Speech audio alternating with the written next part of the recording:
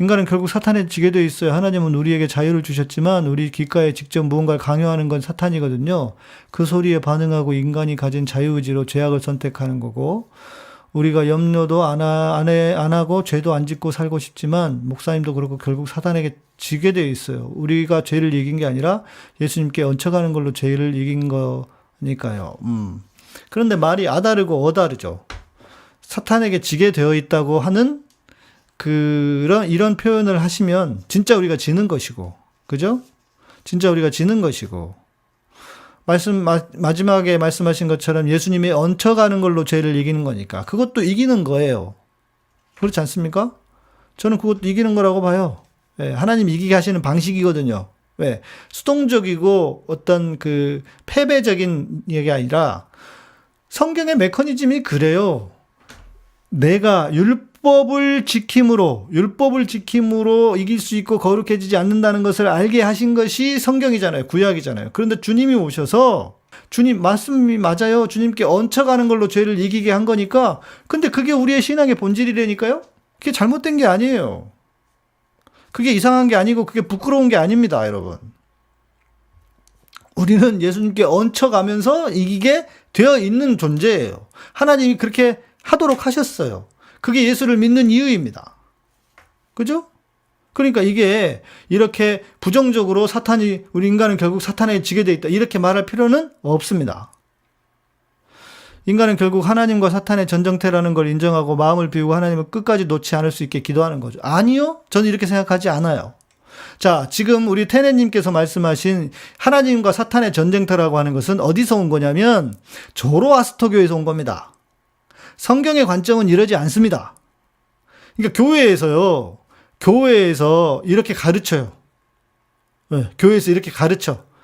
이거 다 이교적인 신앙입니다. 하나님하고 사탄의 전쟁터가 아니에요. 하나님은 이미 이기신 전쟁이잖아요. 설령 그것이 전쟁이라 하더라도 하나님은 이미 다 이기셨습니다. 예. 이거 이렇게 생각하시면 안 됩니다. 테네님. 네, 이거는 페르시아 조로아스터교, 배화교, 조로아스터교는 하나님과 선한 신과 악한 신의 싸움으로 봤어요. 그러나 성경은 그런 관점이 아니에요. 이미 이겼다고 하나님이 다.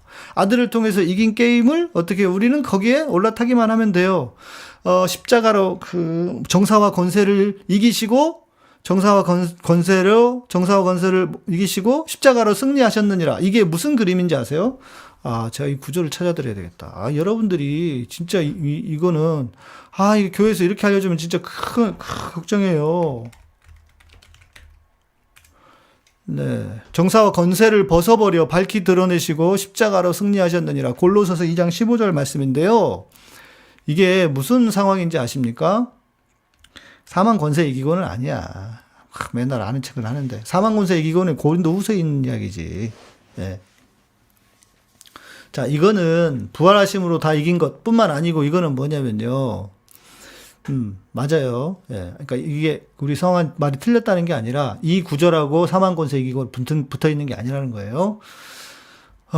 그리고 부활하심으로 이긴 것도 맞아요. 그런데 이 구절은 뭐냐면 여러분 옛날에 로마는 개선식을 했습니다. 개선 장군들이 다른 나라를 정복하고 뭐 좋은 건 아니지만 다른 나라를 정복하고 오잖아요. 다른 장수들을 다 묶어가지고 뒤에 쫄쫄쫄 따라오게 합니다. 그리고 그렇게 장수가 이기고 오는 날은 그 로마의 휴일이에요. 그래서 어떻게 하느냐? 로마의 휴일이어서 모든 로마의 시민들이 다 길거리에 나와서 개선하는 장군을 와서 박수를 치고 월계수를 뿌리고 환호하게 만들어요. 이게 로마 사람들이 자기들이 승리했다고 했던, 그러니까 빅토리를 트라이엄프하는, 빅토리를 승리로 누리는 그 일이 로마에 늘 빈번하게 있었던 일입니다. 그런데 그 그림을 가지고 있던 사람들에게 골로새서 2장 15절 말씀을 정사와 권세를 벗어버려 밝히 드러내시고, 자, 뒤에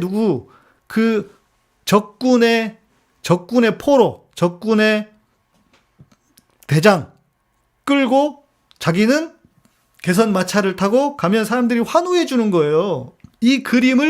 주님은 이 그림을 알고 바울이 이 구절을 사용을 했다고요. 십자가로 승리하셨느니라가 이런 그림 속에 있다고요. 그러니까 여러분이 지금 아주 중요한 말씀을 해주신 것 같아요. 테네님께서. 우리가 하나님과 악한 사단이 계속 싸우고 있는 세상이 아니에요, 여러분.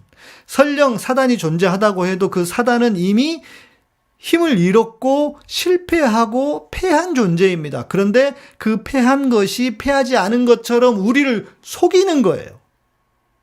그 영향력은 그것뿐입니다. 속이는 거예요. 테네님 잘 아시고 잘 기억하십시오. 그리고 여러분들도 모두 속이는 거예요. 그 속이는 것만 우리가 벗어나면 우리는, 그러니까 조로아스토가 믿는 것처럼 하나님과 무슨 악한 사단이 싸워가지고, 아니에요. 그거 잘못이에요. 여러분 이해되십니까? 그거는 기독교가 아닙니다. 예. 그건 기독교가 아니고요. 기독교는 주님이 승리하신 거라고. 아까 성환이 이야기한 것처럼 부활을 통해서. 왜? 부활의 의미가 그거라고요. 사탄의 가장 큰 무기가 뭡니까? 죽음입니다. 그렇잖아요. 사탄의 가장 큰 무기는 죽음이에요. 그런데 예수님이 부활하셨잖아요. 부활은 뭡니까? 죽음을 이겨버린 거잖아요. 그러니까 사망 권세라고 하잖아요. 죽음을 극복해버린 거예요. 그러므로 사단의 권세가 힘을 잃은 거예요. 그런데 지금 이 땅에 왜 그럼 이 세상에 지금 이 모양 이 꼴이냐? 사단은 뭐 하는 존재예요? 속이는 영이에요. 그래서 우리를 속이는 거예요. 자기가 마치 힘이 대단하게 있는 것처럼 속이는 거라고요. 그죠? 속이는 거라고. 그래서 뭐 해야 돼요? 속지 말라. 마치 마귀 새끼가 사탄이 대단한 힘을 가지고 있는 것처럼 속지 말라 이거예요. 그게 우리가 해야 할 일입니다. 그러니까 우리가 어떻게 해요? 기뻐하고 감사하고, 그게 기독교의 어찌 보면요, 우리가 해야 될 건요, 감사하고 기뻐하고 그럼 끝이에요. 예. 그리고 그런 방식으로 우리가 승리합니다. 기뻐하고 감사하잖아요, 주님 때문에. 그러면 우리는 더 점점점 죄로부터 멀어지게 돼요. 실제로 그렇게 됩니다. 저는 경험상 내가 해봐서 아는데 진짜 그렇게 돼요. 그렇게 될 수 있어요. 자, 그래서 우리 지금 테네님께서 너무 중요한 이슈를 딱 찝어 주셔가지고, 예. 그렇네. 우리 성함 말이 맞을 수도 있네. 영적 전쟁을 강조하니까, 그런데 영적 전쟁은 이미 이긴 싸움인데 그걸 전쟁으로만 보고 해석을 해서 그런 오류를 가르치는 거다. 맞아. 내가 볼 때 그런 측면이 있는 것 같아요. 우리 성환이 오늘 한 건 했네. 아시겠죠, 여러분? 이거 진짜 헷갈리시면 안 돼요. 이걸 너무 속아. 저도 뭐랄까, 잊어버리고 있었던 건데, 테네님이 딱 그렇게 해주시니까, 이거 아닌데? 하면서 저도 속에 있던 게 잊어버리고 잊어버리고 있던 게 다시 막 올라왔어. 네. 우리는 그런 게 아니에요. 기독교 신앙은. 진우 형제님, 네, 저번 주 김신권 박사님께서 말씀하신 하나님의 관점에선 이미 이긴 싸움을 사람은 시간을 선행적으로 따라갈 수밖에 없기 때문에 인지할 수 없으며 질 것 같다는 불안감을 느끼는 거라고 볼 수 있겠네요. 그럴 수 있죠. 이긴 싸움을 사람은 시간을 선행적으로 따라갈 수밖에 없기 때문에 인지할 수 없으며 질 것 같다는 불안감. 그러니까 뭐냐면 우리는 그러니까 그 감정에 속아요. 그럼 눈에 보이는 악한 사회 현상들은 그저 우리가 속고 있는 것 뿐일까요? 그냥 편안히 받아들이면 되는 걸까요? 예를 들면 아동학대 같은 거요. 이럴 수는 있습니다. 자, 사단이 패했다고 해서, 마귀가 패했다고 해서, 사단이 패했다고 해서, 영향력까지 상실한 건 아닙니다. 지금도 세상에 보면 우리 테네님이 말씀하시는 것처럼 진짜 마귀들이 반드시 존재하고 사단의 그 괴수가 있어가지고 그 사단의 괴수에게 정말 그 영향력 아래서 그렇게 놀아나는 것처럼 보입니다. 예, 보여요. 저도 인정합니다. 그러나 그것은 뭐냐면 사단의 실체라기보다는 사단의 영향력 아래에 놀아나기 때문에 그래요.